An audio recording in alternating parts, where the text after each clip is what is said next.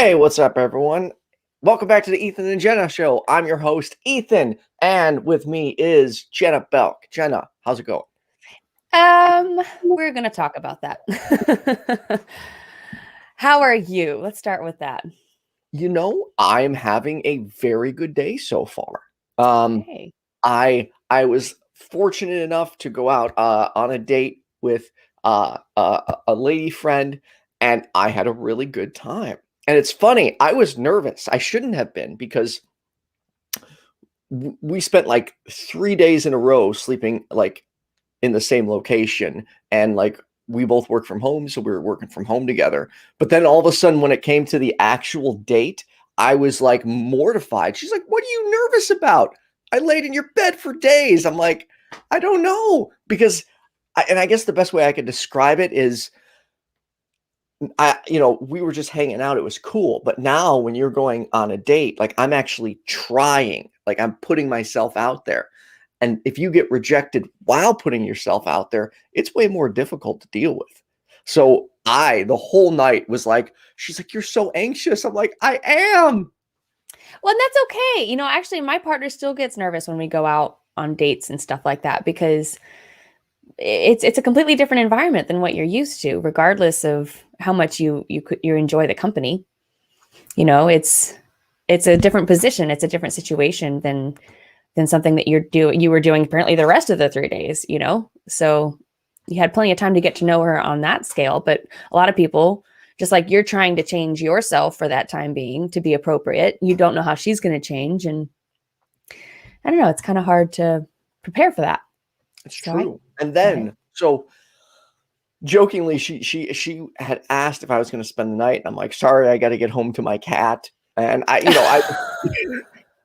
did end up spending the night, but I come back home today and I come into my room, and Band-Aid, my cat, is pissed. He tore apart my room. There's this water fountain down here. He literally ripped the cord out of the wall and dragged that heavy ass little thing across the floor. Like he's not happy with me at all. I'm like, "Band-Aid, I'm sorry, man. I love you. Like, please don't be upset with me." Yeah, my cat's a little temperamental like that too. I'm sorry. And he's so protective over me. Like he Mm. is very so to give you an example, if I have I'm trying to find the exact difference with him. Like it seems he reacts differently with different women, but from what I can tell, if I'm interested in the woman, he has to establish dominance. He'll grab his teddy bear, grab it, go right in front of them, and start humping it right like in their face. He'll run around them on the couch, and he'll just keep a stern eye on us both. Interesting. Is this all women or just women you're dating? Just women that I personally, whether I've expressed it or internally, have interest in them. So Oh, I think he's sensing that, and he does not like it. Now, on the flip side, I'm trying to figure this one out because when she was here, he actually cuddled with her. And that's Band-Aid doesn't do that. So I'm that's a like, sign that you don't really like her. that's what I was like, "Well, wait, but I actually like her." I'm like, so yeah, I don't know why. Um, but Band-Aid knows all. Like this one time I brought someone over against my better judgment, and both the dog and the cat went nuts. The dog stood in between us, would not let her get close to me. Um, Whoa. yeah, and Band-Aid, anytime like she tried to lean in, he would just like he was like this person. And later, as the night progressed, I understand why they didn't like her. Um, and sorry, it's an important distinction. This is not the person I went on a date with. This was just an old friend from the past I had over at one point. And yeah, neither animal was happy. And I get why. That would have been foolish. I'm glad nothing happened. We'll just say that. Are you going to tell us? No, because the problem is I don't want to throw this person under the bus. Like, let's just say it was Be real. Be real. okay. All right. I'm not shaming anybody. please don't think that. But this is a very real problem. Let's say when she got to my house, she had a big old cold sore on her mouth. Okay. And she tried to kiss me. And I'm like, whoa, no. I'm like, and she's like, what? And like, I'm like, dude, I'm like, you can't kiss someone when you have that. And then she got really defensive, started freaking out, claimed it was a dog bite.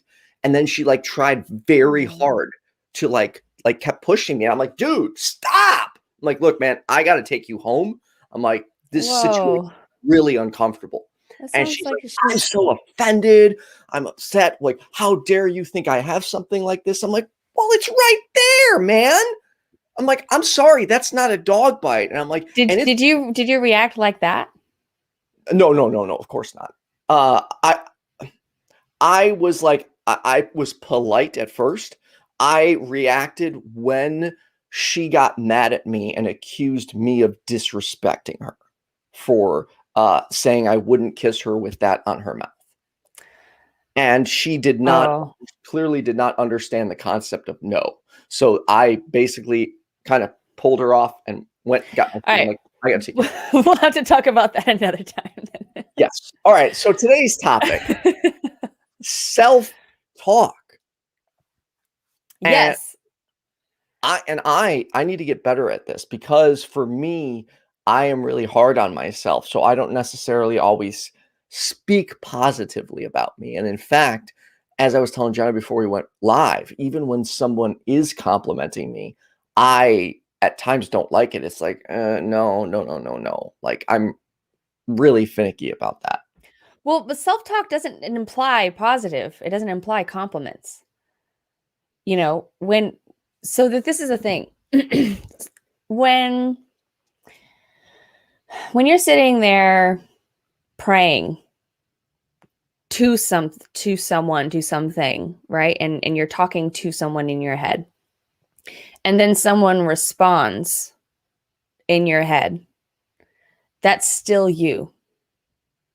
That's you talking to you. Right. Okay. So when you do something and it makes you feel good or it makes you feel bad, and you don't think that you should feel that way,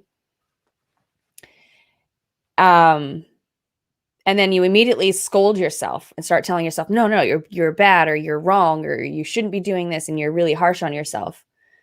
You're probably treating yourself the way that you've been treated before by somebody before, right? So this is usually okay. I'm going to try to pull up some resources so that I'm trying to summarize without teaching, right? Because I've learned that it's basically how you talk to yourself. When you do something wrong, are you mean to yourself and critical and insulting? Or are you gentle and understanding and compassionate like you might be to somebody else, right? So you drop something. Oh, you idiot. I don't know how many times I've heard that. I do that. Right? Why?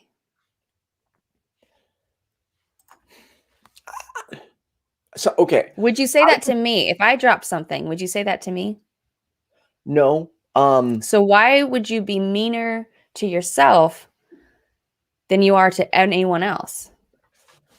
I'm still trying to reconcile with why I do this, because there's times people have like made some really bad choices that I would never make. And I'm like, it's no big deal. I don't care. It's in the past. It doesn't matter. But then I'll look at like things I've done. And even if they're not the most horrific thing, I view it as like a horrible thing. And I'm a shitty person for ever doing it.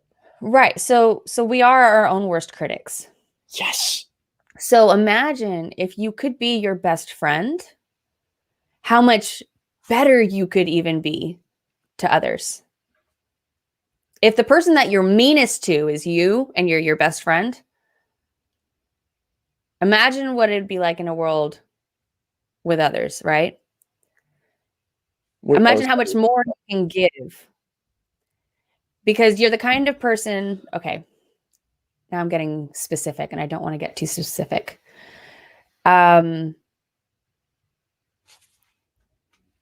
Okay, so let me start from what's going on. Okay. I'm struggling right now with depression pretty bad. And it's one of those, I mean, thank you. I understand. It's understandable. There's a lot going on.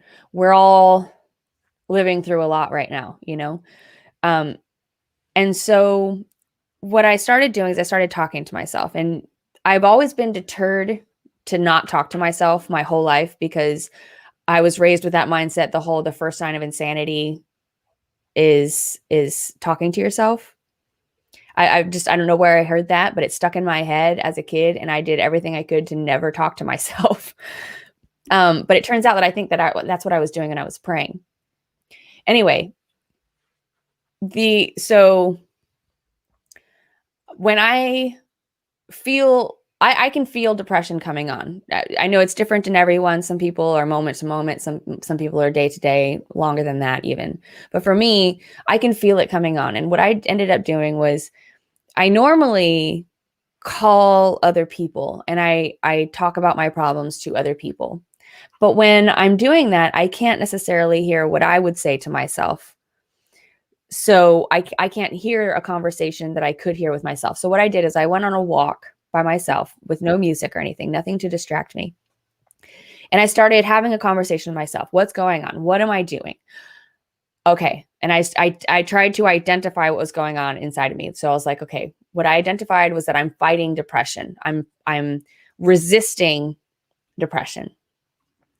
And then I asked myself, why am I resisting it?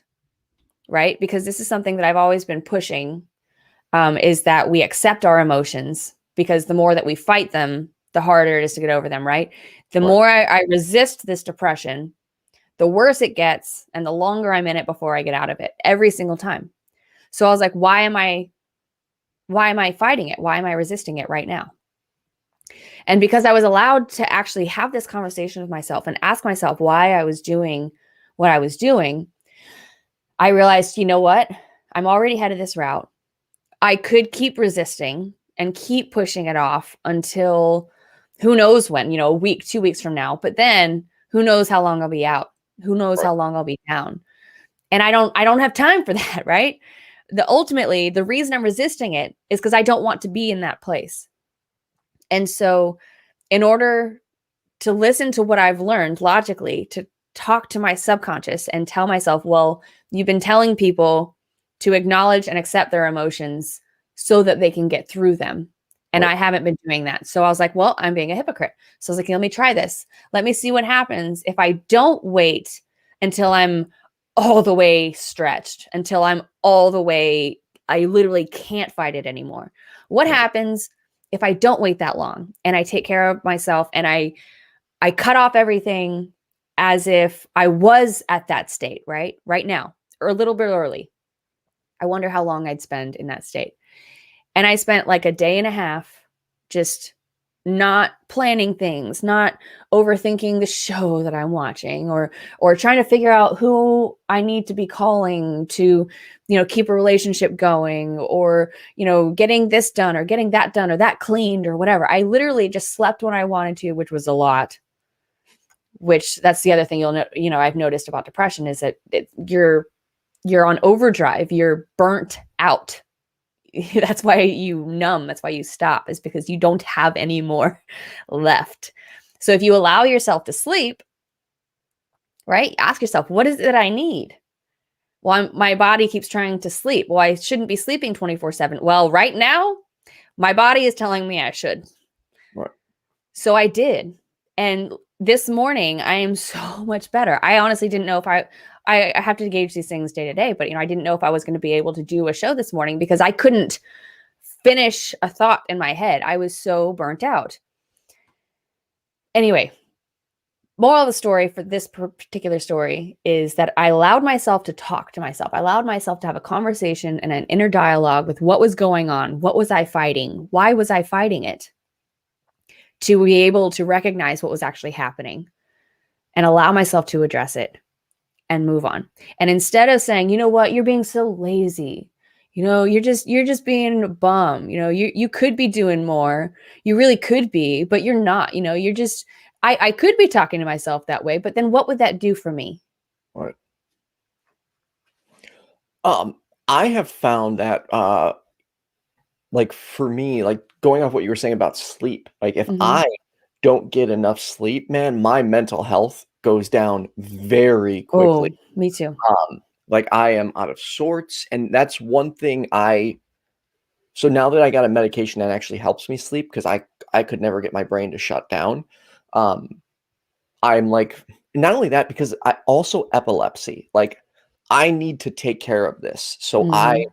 try to avoid staying up late. I like to go to bed at a decent hour, which there are times like where I've gone out and I try and share that with a friend. They're like, "Oh, dude, you're young, you need to." And I'm like, you got to understand, I have to take care of this. I have one of these. Losing sleep was no big deal when I was younger before I had epilepsy, but now that I do, I have to make sure this remains as healthy as possible. Um, Also, when I don't get enough sleep, in thinking about it, my self-talk also gets worse. Um, Mhm. I I used to make the claim that I beat depression because I got Mm. that 5 year slump that I was in.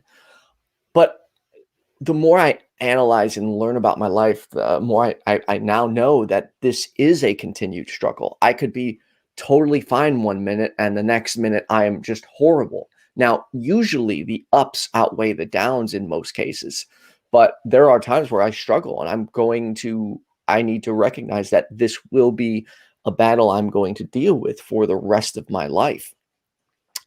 And like my self-talk can get really harmful, which is odd because when it comes to friends, family, or random people, I do everything I can to boost not their ego, their Confidence?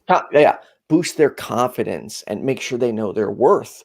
But I have some cognitive dissonance going on. I, for some reason, struggle to do that with myself. And I have very negative view, like how I view myself, even when good things happen. I'm like, I don't deserve this. I'm not example, like when you wanted to do the show with me, Jenna, it was like, why is this happening? I've not done anything. I have, okay, cool. I've had a good year. I've improved, but in the long term, the scales don't balance. Like I don't deserve the happiness or the compassion that I'm now getting. And I want to move past that. But if I'm being completely honest, Jenna, I do not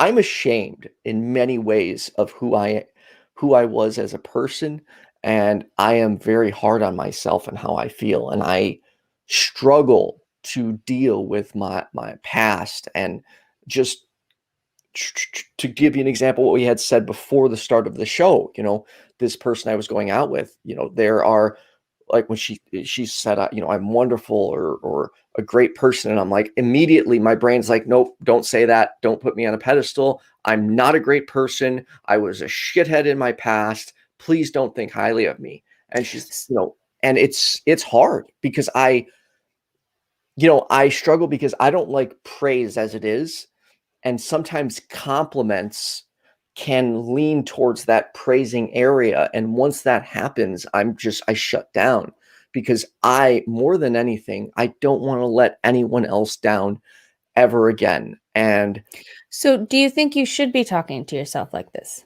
no, I know I shouldn't. It's that's where my brain goes. Like even like for little things, even like watching AXP when I, watch you or Matt and all them and talking, and in my head, I'll be like, I'm so fucking stupid. I can't do what they can do. Why can't I do this? And I'm just incredibly hard on myself. So, how do you think you stop doing that? I I don't know. I think I need to find a way to view myself in a more positive light than a negative one. How do you do that? I don't know. Um, do you believe that you are less capable than everyone else? Yeah. You genuinely believe that, even seeing what you've done, you genuinely believe that? or that is something you're used to telling yourself?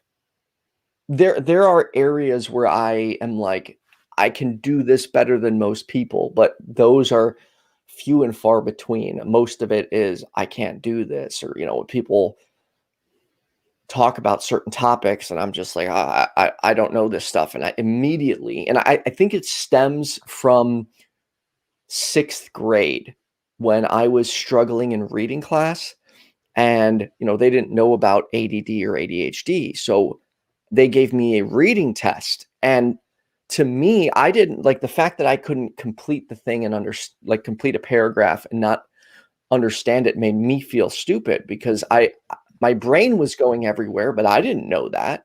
I just like, I can't read this, I'm an idiot. And after that test, they were like, oh, just so you know, you're 3 years behind. You have the reading comprehension level of a third grader. And from that moment on, I have been embarrassed and ashamed of my intelligence. Like, if Okay. someone sends me a long text message and I'm trying so hard to read it, and then I'll just get really flustered. I'll put it down. I'm like, I'm a friggin' idiot. I can't do this. And it's annoying. Sorry, I'm rambling now. Well, I'm listening, and I'm realizing. So you think that you deserve this because of these experiences, because of how these have made you feel. But what I'm trying to do is kind of right now at this moment, kind of like a street epistemology. If your nephew had that exact same experience, how would you want him to feel? Oh, I am already like trying to be hyper aware. Well, no, Not no, I'm asking you though. How would you want him to feel? not like how I feel.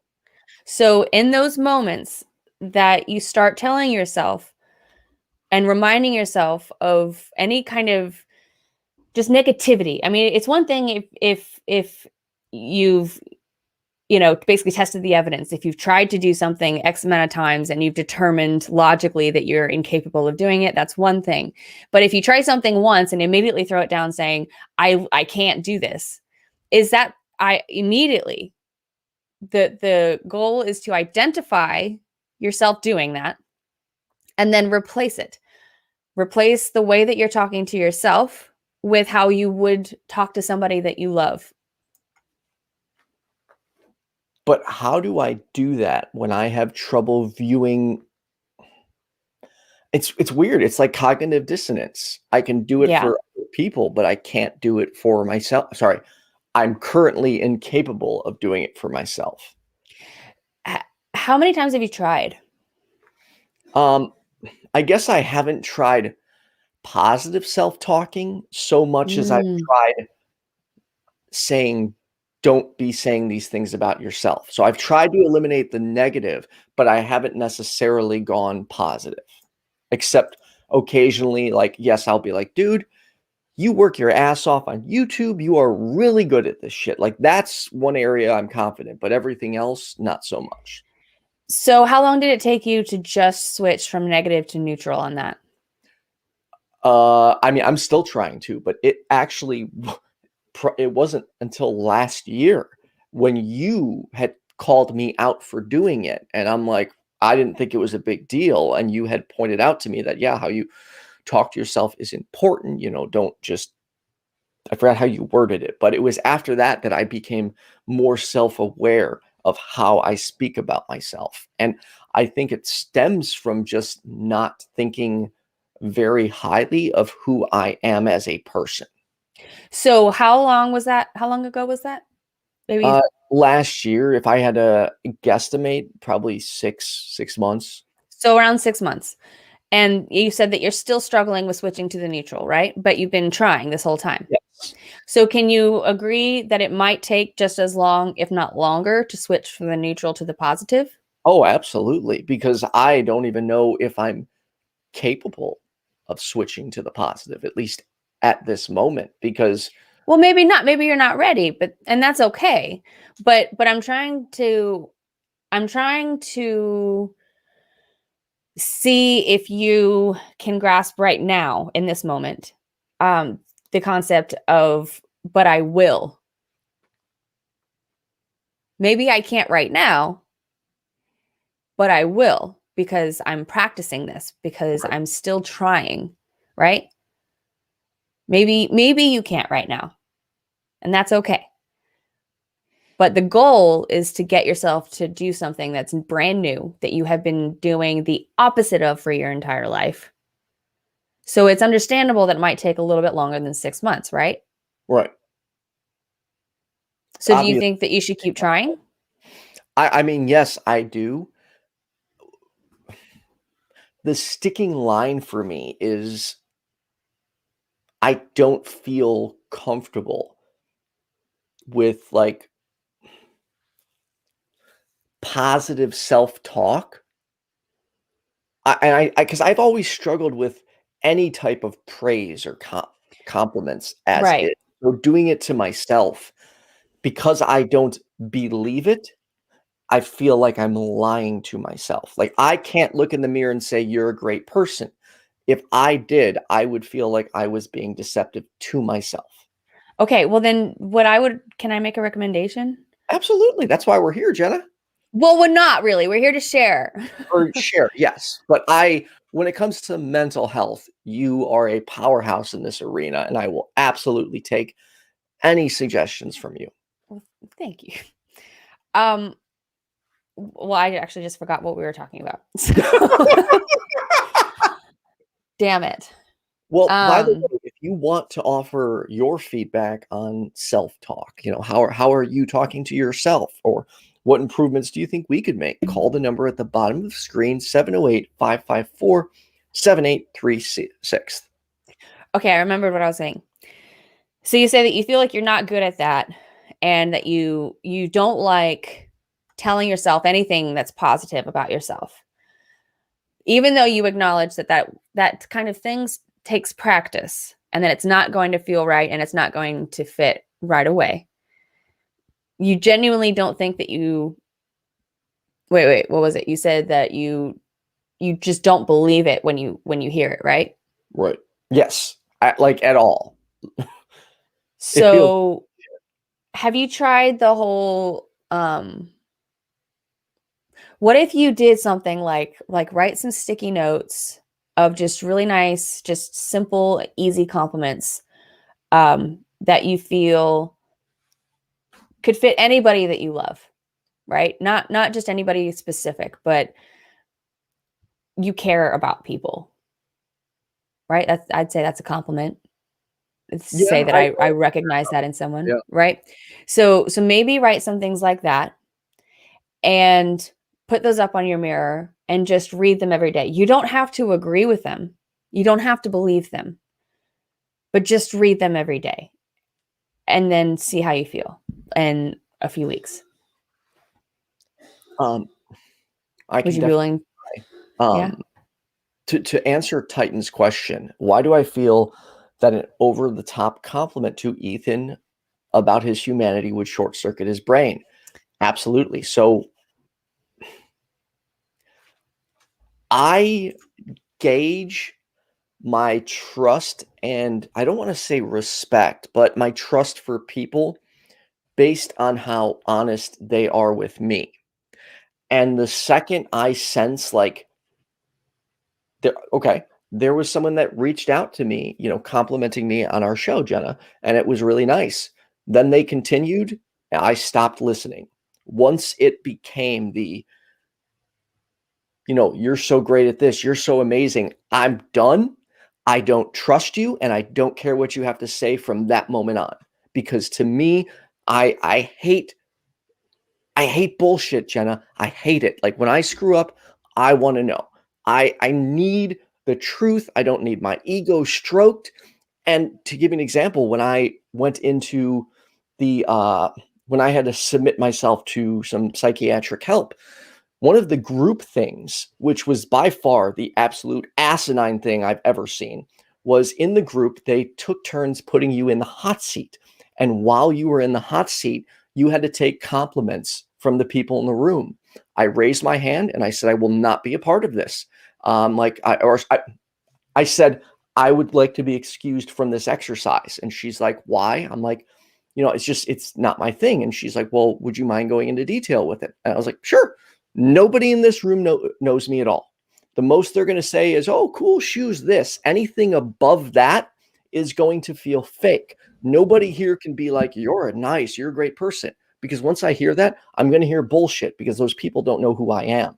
So, hold on, you don't know what they know. These were people, they didn't know me personally. I was there for a few days. How much did you share over those few days? Because I didn't know you at all, and I got to know you pretty quickly. Would you agree? I would agree, but I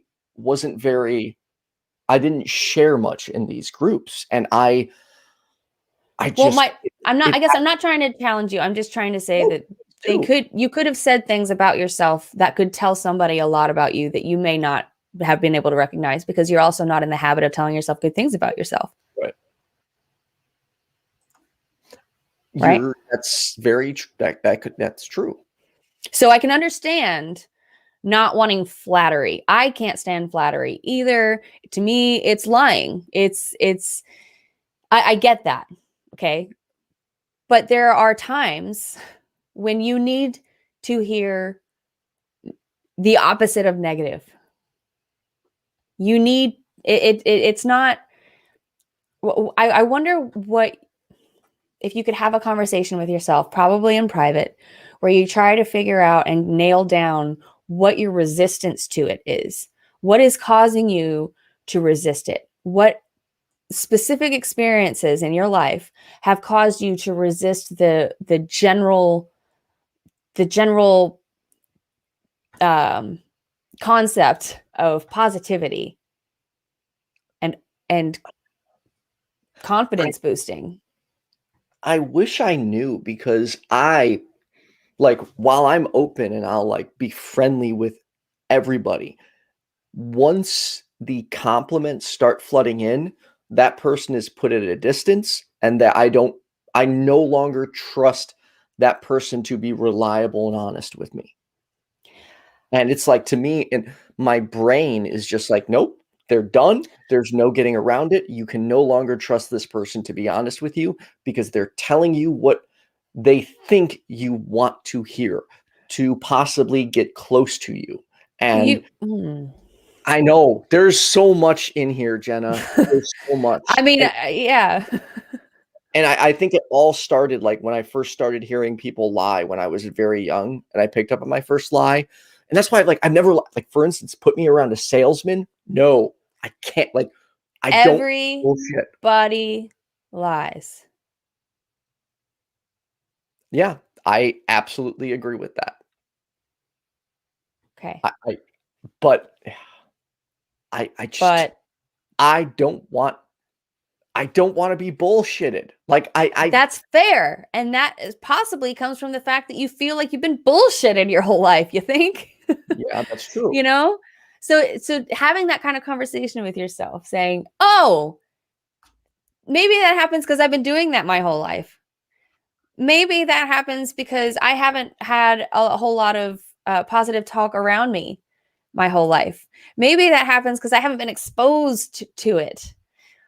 If you have these conversations with yourself and with the idea of trying to discover without trying to control, right? I'm not going to try to, what I realized I needed to stop doing was stop trying to convince myself that I didn't need what I needed, which was rest. I needed to stop. And I kept trying to manipulate myself into thinking that I didn't so that I could keep doing things. But if you can realize that while it's happening, you can save yourself so much trouble. And the more that you do that, the more you can recognize it and the more you believe it. But that's something else I've learned is that, in this community that we found ourselves in, there is so much trauma. There is so much bad habit, that's been passed down for generations. And even when you leave this community, I mean, it's a human thing to be passing down some bad habits, right? That's normal.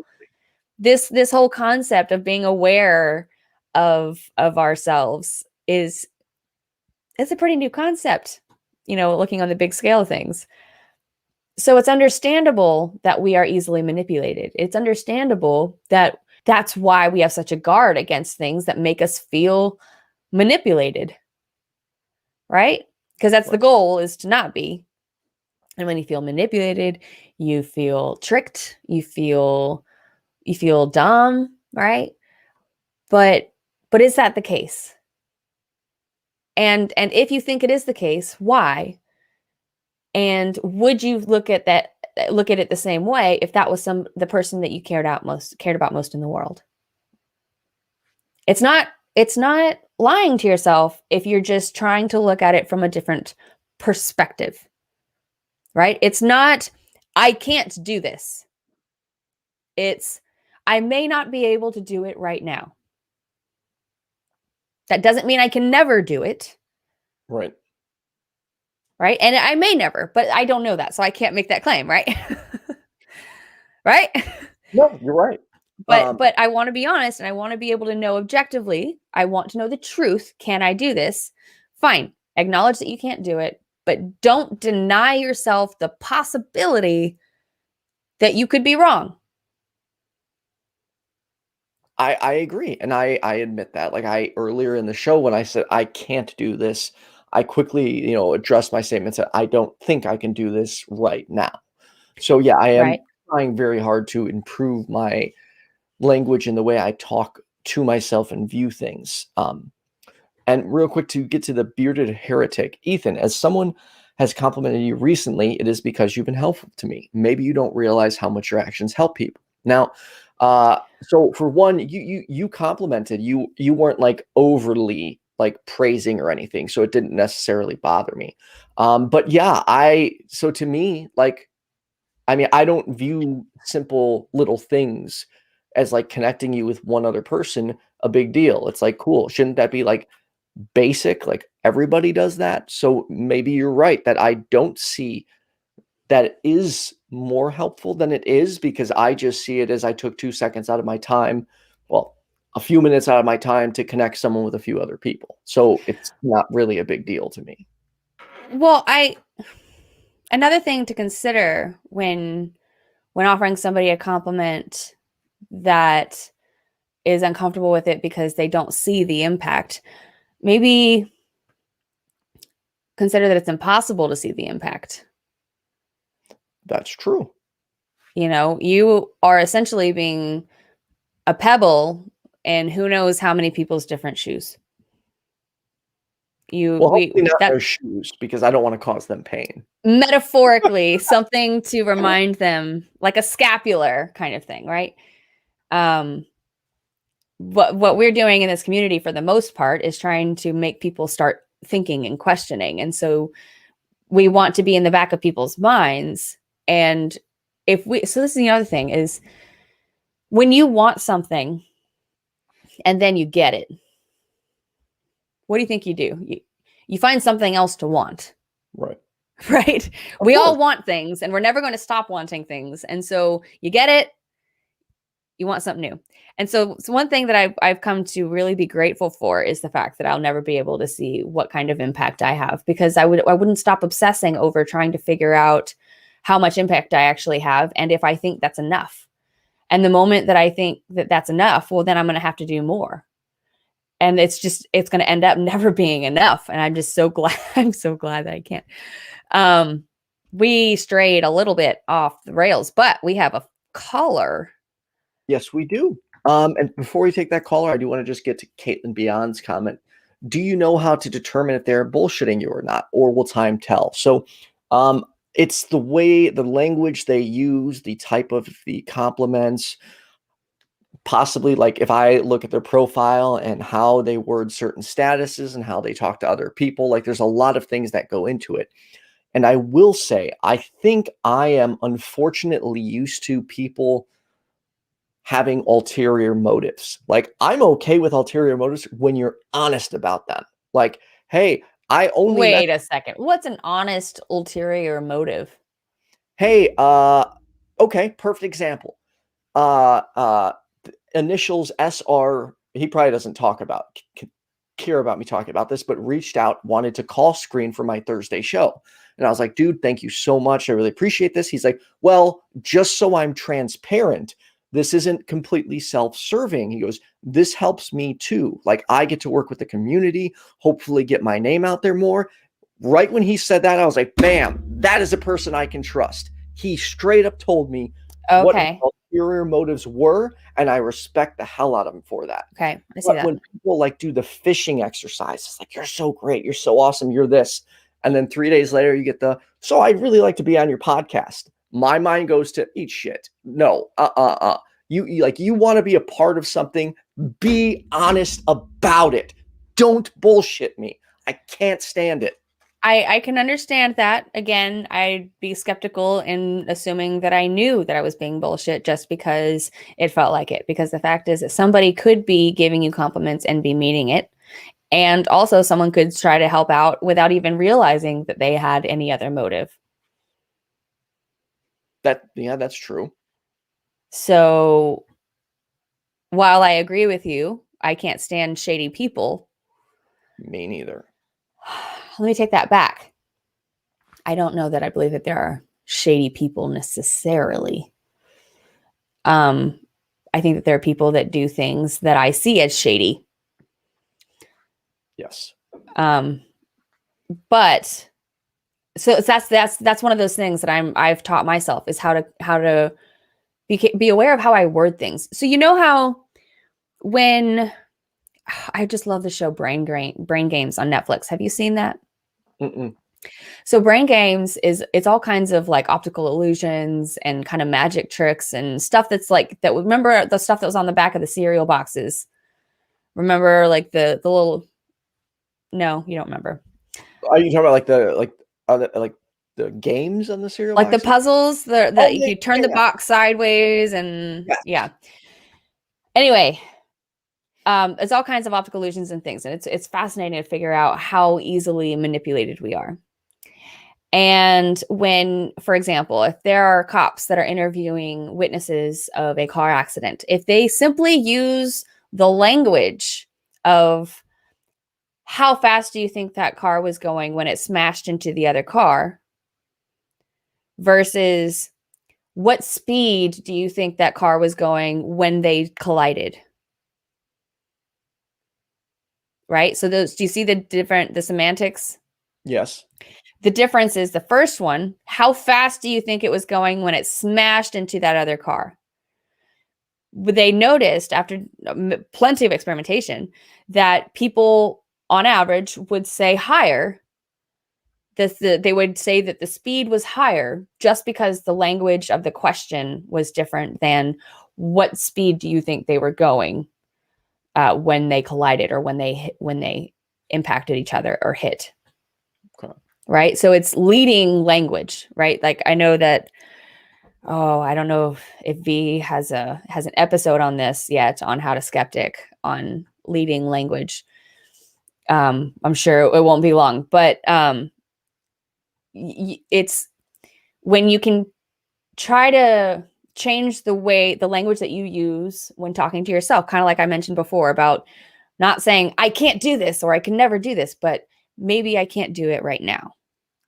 Changing that kind of thing can slowly start to change the way that you feel about things that can help you to begin to accept something that's not, extremist negative. Right. You see what I mean? Like it's so crazy how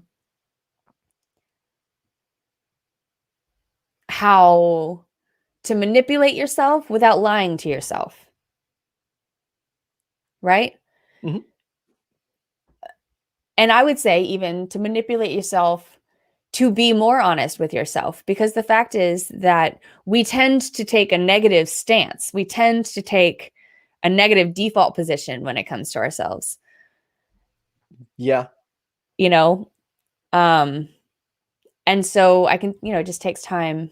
Actually, so let me read off of getselfhelp.co.uk. Here's just a few things just before we get to Allison really quick. Just a few things that you can say to each other. And this is actually stuff that I say all the time is this feels bad. It's a normal bodily reaction. It'll pass. Right. That's something that I give the Christians, that this too shall pass. Man, that's not a bad phrase. This too shall pass. Totally down with that. Yeah, I'll keep saying that all my life. This won't last forever. Short-term pain for long-term gain, right? That kind of thing. Stop and breathe. I can do this. If you objectively, if you can. I don't need to rush. I can take things slowly. I have survived before. I will survive now. Things like that. Right now, I am not in danger. Right now, I am safe. That's something that I've had to tell myself many times, especially when I get triggered, right? Because once you get triggered, you are fight or flight. You are no longer thinking logically. You are no longer thinking, well, does it make sense to feel? No, you're responsive. And so that's why it's easy to go to the extreme right now.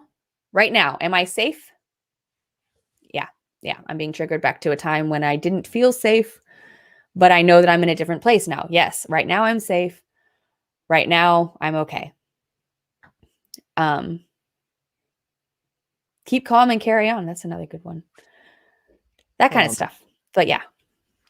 Doug, we do promote the show. We stream this to both YouTube and 7 different Facebook groups. But hey, if you're willing to promote, please do go to the YouTube.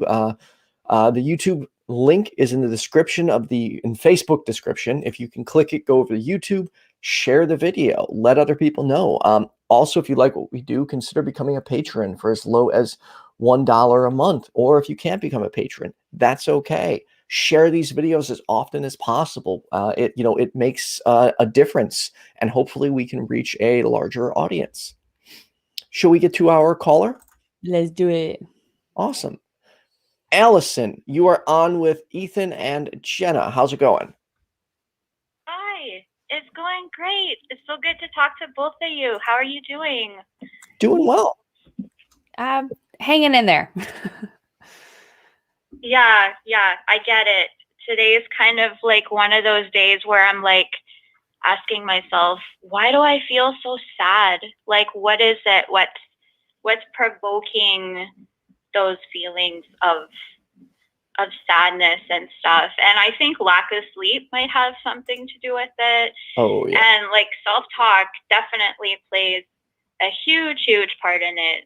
And like just sitting here listening to you, and like I've realized how much my self-talk has changed over the years. Like it's so drastic. It's like night and day. But I also have a lot of knowledge about myself now that I didn't have before.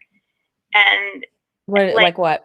A lot of it was that people were just expecting too much of what I could actually produce. Like their expectations of my abilities were too high, because I guess it's like I looked normal, but I have like mental deficiencies that aren't well known. So it was like people couldn't figure out why I couldn't be like, why my skills couldn't match up to the other kids in my class. Like, it took me forever to learn how to tie my shoes. It took me forever to write my name, even though I started talking at a very early age and stuff like that. And when I was in grade school, my self-talk was just, I berated myself so bad. Like I think back to it and I was like, wow, I was like the biggest abuser of myself. But that was like, I just felt like a failure to everybody, but I was trying my best, and I was like, why isn't my best good enough? Why am I failing? Why am I, I'm so stupid. I'm a failure. I'm a dumb. I'm blah, blah, blah, blah, blah, blah. And it was just so how has it changed? How has the way that you talk to yourself changed from the way that you used to? Like, what do you do differently now? Like now I'm less nitpicky of myself. Like I'm more accepting of I wouldn't call them faults, but just like my overall functioning. Like, yeah, that's right there. Not my faults, but my overall self-functioning. Right? Yeah, I love that. Like I acknowledge, yes, I did make mistakes, and like it took me longer to learn from those mistakes than others, but the point is I still learned from them. And like, right, pointing out what you did learn, just instead of, I'm so sorry to interrupt, I just want to elaborate on that before I lose that point, that sure. Instead of pointing out what you didn't do, point out what you did and can still do, right? So maybe I failed right now, right? For Ethan, people like Ethan especially, who just really want to be as accurate as possible. Yes, I failed this right now, but what did I learn from it? Right? Yeah. Like I realized that I had horrible motor coordination when I was a kid. Like I probably looked drunk most of the time on the playground, but it didn't stop me. Like I was always in the jungle gym. I was like falling all the time, but I wasn't scared of falling. And I was like, okay, I just want to do what all the other kids do. And I spent like hours and hours on the playground by myself practicing stuff and just working on that coordination and getting better to the point where my skills were close to my peers and actually exceeded some of them. So it was something to feel good about. And like, so the older, like, the longer time went on, the more I realized it's like I am able to learn. I just learn in a different kind of way than people do. Yeah, I think you're talking to two people who can completely relate to that. Yeah. And after I actually embraced my differences, things changed for me a lot. Like my negative self-talk went down a lot.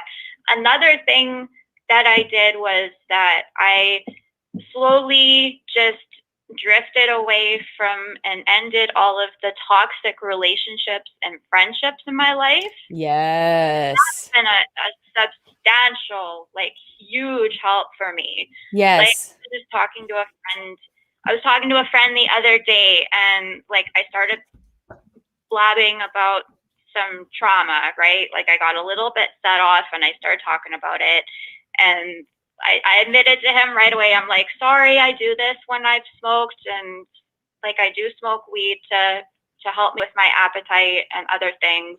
But it's just then I get the high afterwards and I'm like, okay, I have to like go through this. So I'm talking to him and then I was like, sorry, I'm blabbing. And he's like, no, that's okay. It's like, it's valid for you to talk about it. And it is trauma. Yeah. And he even mentioned that he has a friend who has something similar that happens to her. And in that moment I was like, oh my gosh, I feel listened to. I feel validated. I feel loved. And it was just like this amazing feeling. And it's like, for the longest time, I never got that from the people that I was close around. So it's just, it helps. Well, it seems like, clarify if I'm wrong, but it seems, and this is kind of from what you've shared about your experience, also seems from my own. It seems like there's like this process of, I feel inadequate. So then there's something in you that wants to go and find other people that feel that way too. Right. And then you can feel validated. And then after you get that validation, then you can start to accept it. And after you can accept it, you can start moving on. Right. Yeah, exactly. Yeah.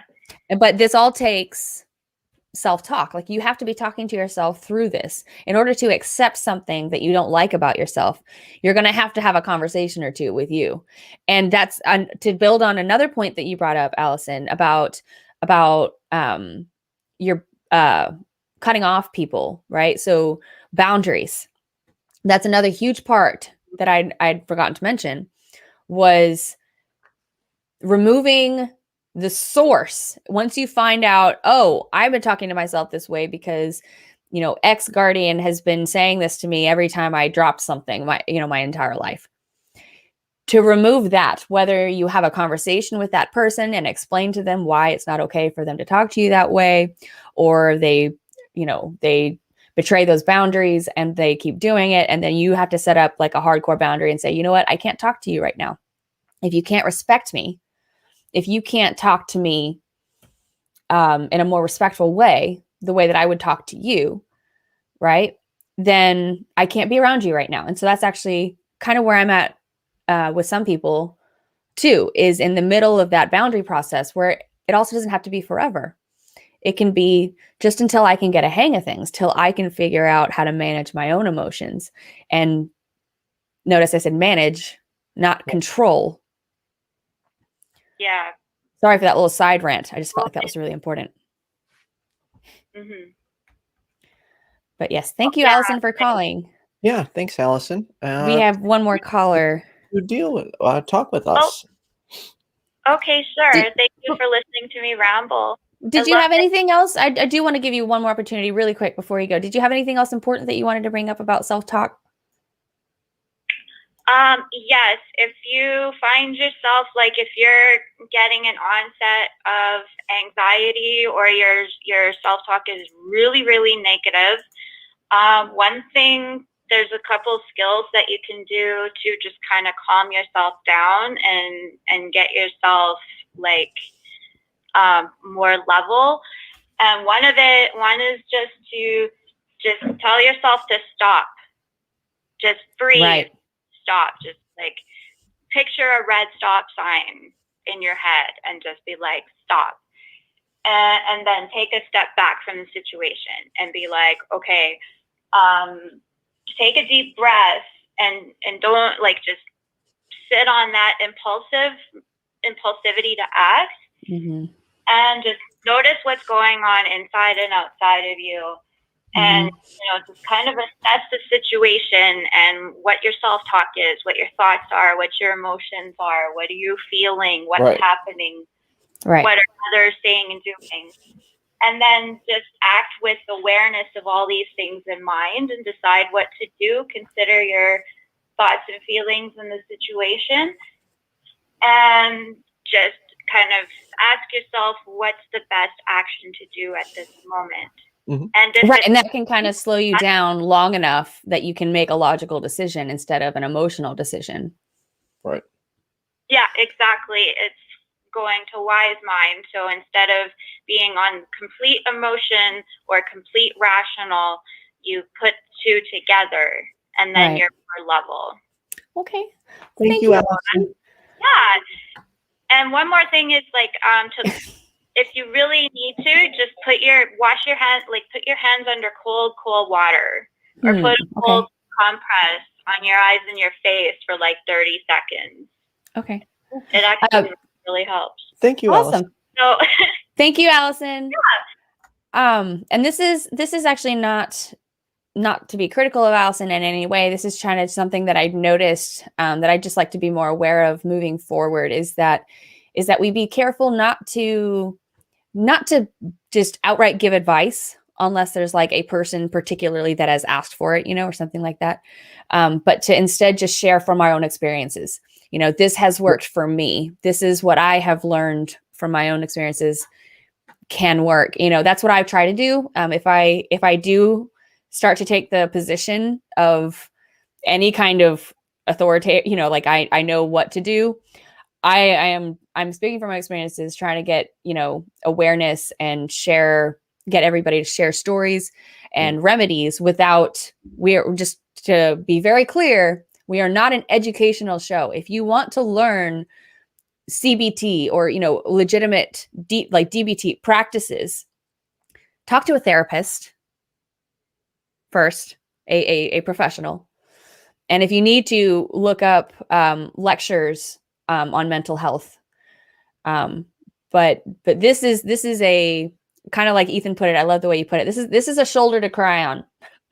This is not class. Yes. And if you're coming to us for medical advice, don't. Because we are not Correct. professionals. We are two random people on the internet who want to talk about important topics like these. Right. And then, so with the cold water, for me, cold actually makes my anxiety worse. I have Raynaud's. So when I get stressed, my hands and feet go ice cold. Where I'm constantly like throughout the day going in the bathroom and having to soak my feet and hands in warm water just because it gets painful with how cold it gets. So, and that's exactly why we want to stray from saying things like put your hands under cold water, right? Because we don't know when something as simple and as pure as that could actually hurt someone. Mm-hmm. And that's we do not want to be accountable. I don't want to hurt anybody. Yeah. And before we get to our caller, Grant asked a question a little bit ago. My wife will say I never forgive them for what it hurts me. She says that. I know it only hurts her. What do you all think? Yeah, I used to make. She says what? So she'll say, I'll never forgive them for such and such. Oh. And like I found that I did used to do that. Like, I'm never going to forgive this person. It's just a weight on your mind. The truth is, you don't know. You could forgive them. You could move on. And I find that sometimes carrying that anger and hatred can really be detrimental to your mental health. You know, mine improved greatly when I let go of the people that hurt me and just kind of settled the beef. Even like with one situation in particular, like I wasn't at fault, but there was beef. So I reached out, I apologized for there being beef between us.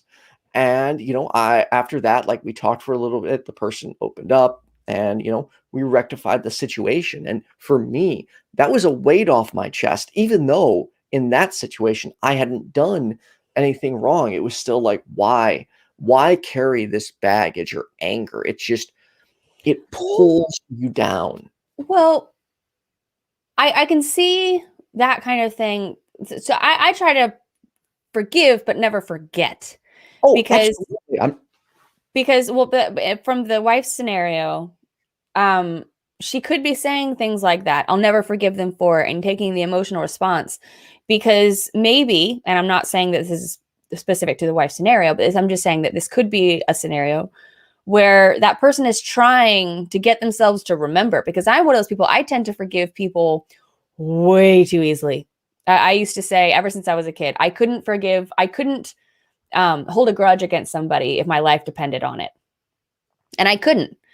And so what I would have to do is I would have to use an emotional charge to get myself to stay away from somebody, even just for like a couple days. Like I would have to say, I'll never forgive them. And then 2 days later, I'm like, hi guys. You know, so some people may be using that kind of talk to try to drill it home that they've really been hurt and they feel betrayed. They feel really let down. And so what I try to do is say things like, I don't see myself ever forgiving them. And then try to think about it logically and be like, should I?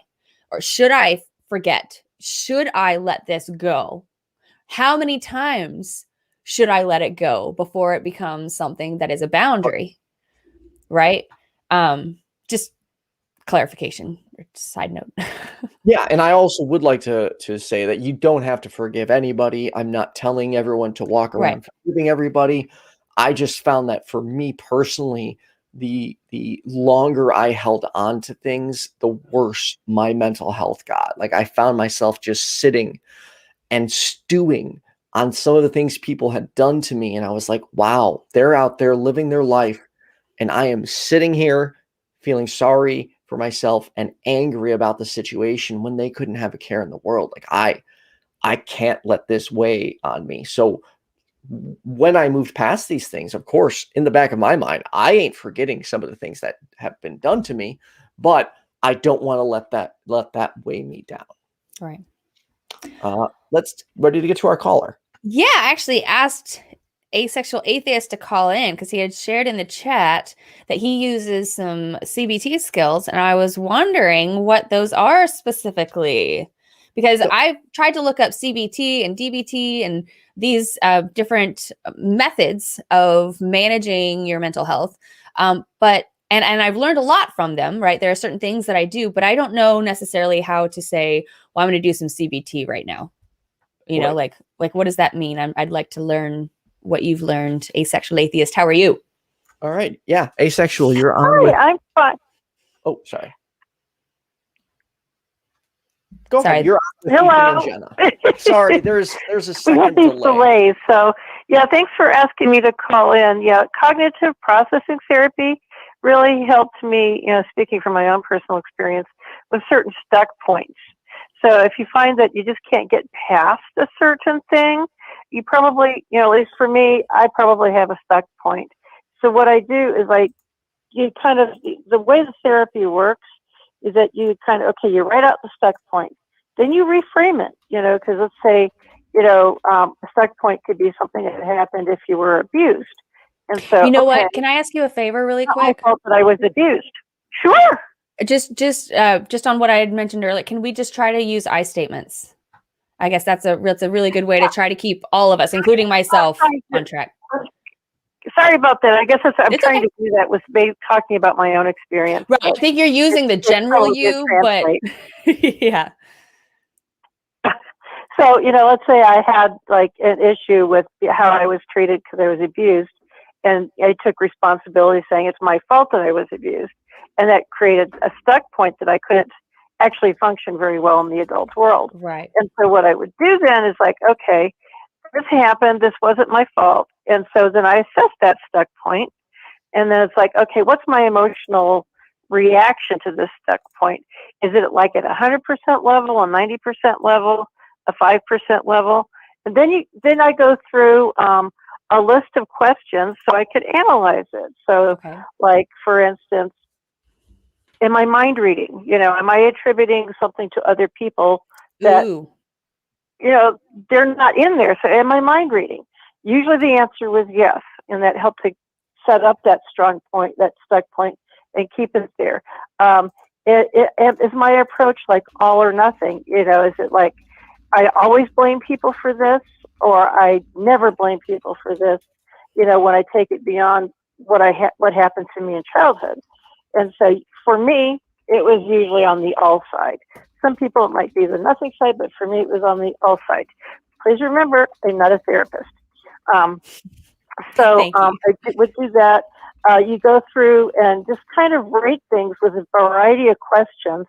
And then at the end of that, you restate that stuck point in a more positive light, for like this is like what I can do when this happens, and that's how I rephrase it. And I rephrase it in a more positive way. And then I rate how I feel emotionally. And usually that stuck point, that really bad feeling has decreased me, and it might take several times. It doesn't always happen overnight for me. So you're kind of stalling. Huh? So you're kind of stalling in a way. You're trying to give yourself time to allow that adrenaline to go down, it sounds like. Does that sound like maybe what's happening? That's a good way of putting it, because you are processing it, and at least I'm processing it, and I'm using my cognition to do it. So Right. I'm taking it out of the limbic system and actually analyzing it. Right. Because I get so I wonder if you can relate to this, Asexual Atheist. This is really intriguing to me, this stuck point, because that is actually the part that I can't wrap my head around, because I can do all the questions and I can do the conversation with myself separate from it. It's almost like I'm observing these triggers happening, and I recognize, oh my God, I just realized it's because I'm still in the process of acknowledging it. And you have to acknowledge it before you can accept it, before you can change it. Holy crap. Yep. Okay. I just answered my own question. But you see what I mean? Is the being Yeah. I guess to share everybody what just went through my head.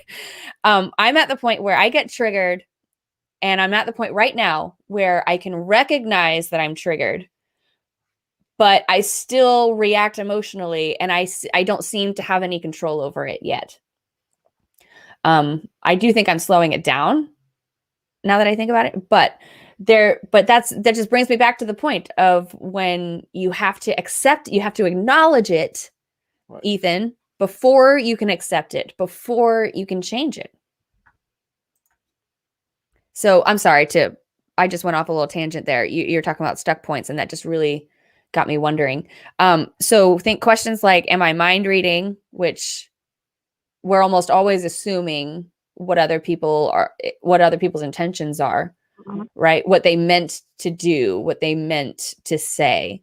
Oh, I know that they never would have done this. They spent zero time ever thinking about helping me. Right? Is that kind of the mind reading thing? Well, yeah, it's like, for me, some of the stuck points would be because I was badly hurt. So it's like my assumption is I'm going to be badly hurt again. So that trips into the mind reading because I'm assuming I'm attributing to them a behavior that did occur to me in the past is not necessarily present right now. Right. And so it's like, and highly unlikely that it's present right now. So, I take that and it's like, okay, so I've been mind reading. I've been attributing this like all the time. I'm trying to remember some of the other questions. There's like a whole list of questions that you can go through. Is the source of my information, what's the word I want? Is the source of my information accurate, or, is it, logical? Does it follow? Or is it like bad information? Is it good information or bad information on that source? And so when I was abused in the past, it was like, well, it was based on my childhood experiences. And so I was not a fully formed adult to really analyze it. So at that point, it's like, okay, it's really not reliable information. The fact that something did happen to me, yeah, that's reliable. But my understanding of it and how I survived it as a child, as an adult, is no longer reliable. How would you know as an adult? Analyze it from that standpoint too, huh? How would you know as an adult that it is reliable, like that you're not overreacting and that it is justified? Would it only be, do you think, from interacting with the person that you have the attached abuse with, or anybody that's taking on those qualities? What do you think?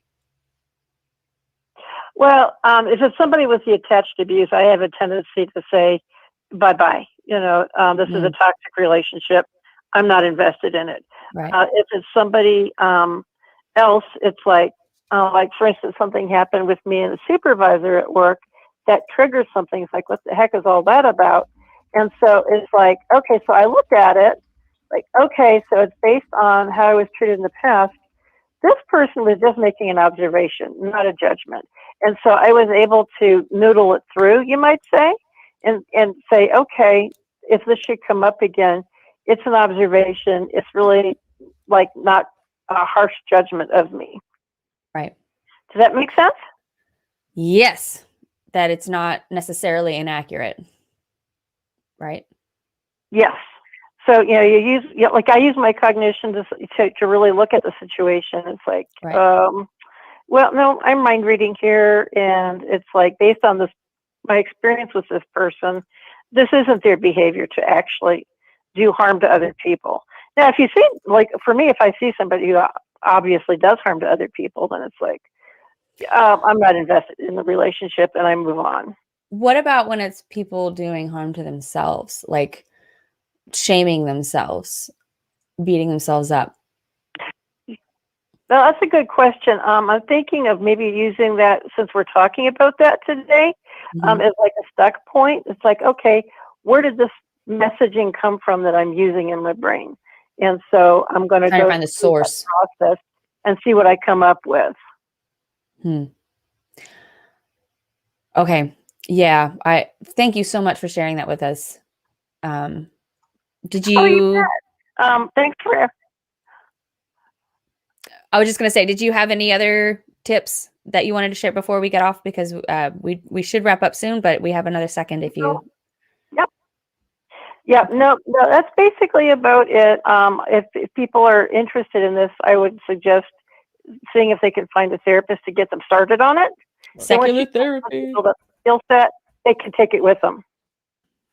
Yes, secular therapy. Secular therapy project is what I personally recommend. If you're looking for a therapist that is not going to tell you to pray. Yep. So y'all have a great week. Thank you so much. Thank you for calling. Thank you so much. You know, yes. I Okay, heard bye-bye. a call on AXP a few weeks ago where the caller had said that his therapist kept inserting God into therapy and telling him he would never be happy until he accepted God. And like that call was infuriating to listen to. Like, what kind of therapist forces their beliefs on somebody? That's just... the kind of therapist that the way that I believe that self-talk is helpful and I believe that meditation is helpful, they think is the same thing as saying that God is helpful. They think, and because that's how I thought that too, you know, to make a lot of assumptions. But you know, that's the tricky thing about being a skeptic and dealing with mental health is that mental health isn't objective. My mental health is not objective to you unless we're looking at, like, you know, a brain scan and we're looking at, you know, nerves lighting up and showing you different regions of my brain that are being active, but that doesn't tell you what I'm experiencing exactly. Right. And so it's very hard to be honest with yourself and objective about your feelings without just going with it just because it feels like that, right? Like, just, you know what I mean? Like going woo. Yeah, I don't like woo stuff. Like, I'm adverse to all of, I don't know. At times I just don't get it. Like, I want my decisions and beliefs to be as rational and grounded in reality as possible. Like, and so part of that is acknowledging that your emotions may not be logical, but they are still a part of reality. They still count and they still matter. And there's still something that you have to either handle or not handle. And if you don't handle it, I don't know what that exactly looks like. right. You know, so that's why I try to use self-talk as my resource, because that is how I connect my emotions to logic, to my prefrontal cortex, by using tips like Asexual Atheist just gave us about identifying your stuck point, identifying, you know what, I'm at a point where I am not in control. I am not in the driver's seat. I don't get to say what I do next. My emotions are running it. So that's why it's the self-talk that breaks you from that and can connect those and put that space and time in between your trigger and your reaction so that your response can be a well thought out reaction, that this is appropriate. This isn't just me responding, because we realize now, and I hope that if we haven't covered this, that we will, that we are I just forgot where I was going. Where's the ants going across the screen? Make sure you're liking and subscribing to our channel. And if you want to become a patron, consider becoming one for as low as $1 a month. And I would like to hate when that happens. Sorry about the dog. I would like to wow. That just throws me off so much. Thanking our patrons. Kaitlyn Beyond. She has been screening for us each week now, and it has made our job, much easier. Also, thank you to our patrons, Kenneth, Leonard, Expresso Cat, Doanya, and Kaitlyn Beyond. Before we close it, speaking of Kenneth Leonard and self-talk, something that's very, very important that I learned from him that obviously I can't elaborate on just yet, but we'll have to later, is is putting yourself in a healthy competition with yourself. Instead of beating yourself up and calling yourself a loser or something, being like a teammate or a coach, running, kind of talking to yourself, be like, you know what, it's okay. You messed up this time, but doesn't mean you will next time. Trying to be a buddy. Just throwing that out there. Buddy to yourself. Yeah. All right, Jenna, what do you got going on? You know what? I'm not going to say what I got going on this week because what's up? I was asking my dog to stop, so I muted. I'm still trying to figure out what's going on with me. I think that I got overwhelmed with too many new things. That's something that I've been able to identify recently is that new things take up a lot of my energy. And so I moved to a new house, got like new studio equipment, got, a new system, new routine, all kinds of new stuff. And I think it was just also on top of being pregnant, I think it was just a little too much for me. So I am going to do what I can this week to practice honest and positive self-talk and give myself the rest that I need and get this going. My show's going that I am putting out there into the world to try to make the world a better place at a sustainable pace so that I don't get too swamped. You? Yeah. So, all right. Next on my channel, youtube.com/YFNatheist, Mandisa will be hosting the Black Non-Believers Roundtable, which is going to be at 7 p.m. So right after AXP, click over to my channel and join the fun. Additionally, I am launching a new show with V La Bianca. It's called The Hot Seat. And the first episode is going to be Kenneth Leonard squaring off against Shannon Q. And the premise of the show you might be familiar with. The contestants will be having to eat progressively hotter wings while debating topics. First person to give up loses. So that will be a monthly show. I'm really excited to do it. And then for those who don't know, every Tuesday I have my supernatural call-in show where we tackle like paranormal claims, belief in aliens, conspiracy theories. This last week we had Puck and Martin on, and we got a paranormal investigator who called in. Coming up in the next few weeks, we've got Eric Murphy, Holy Kool-Aid, Brainbug, Kenneth Leonard.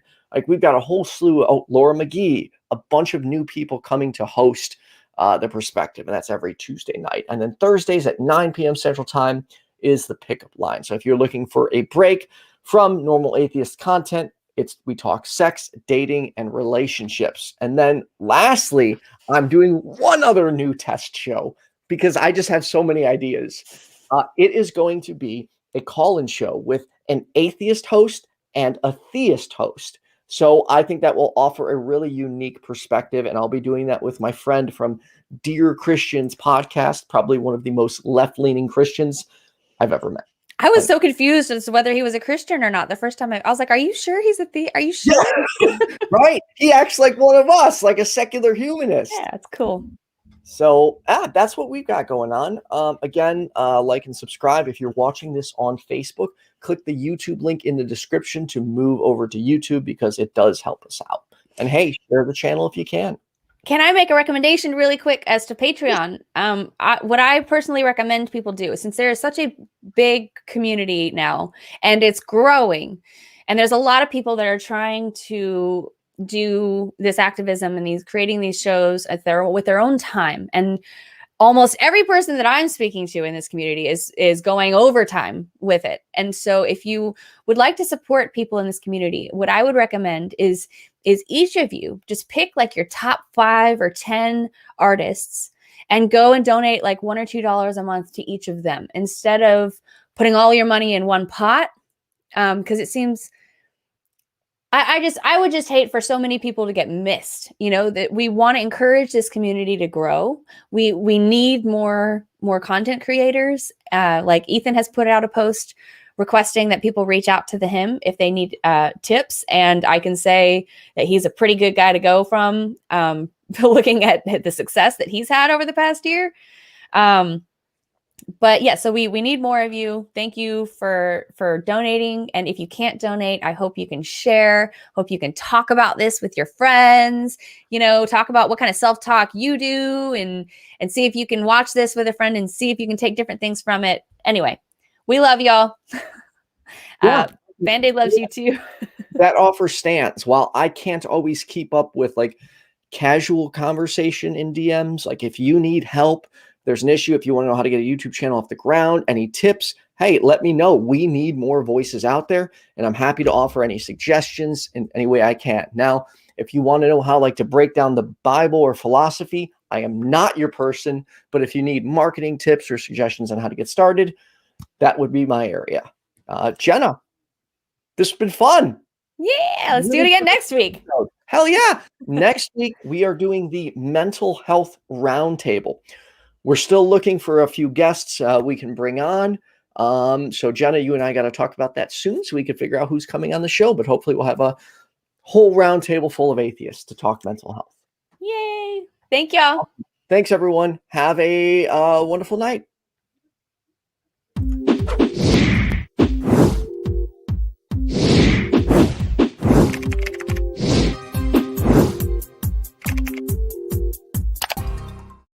You want to say something?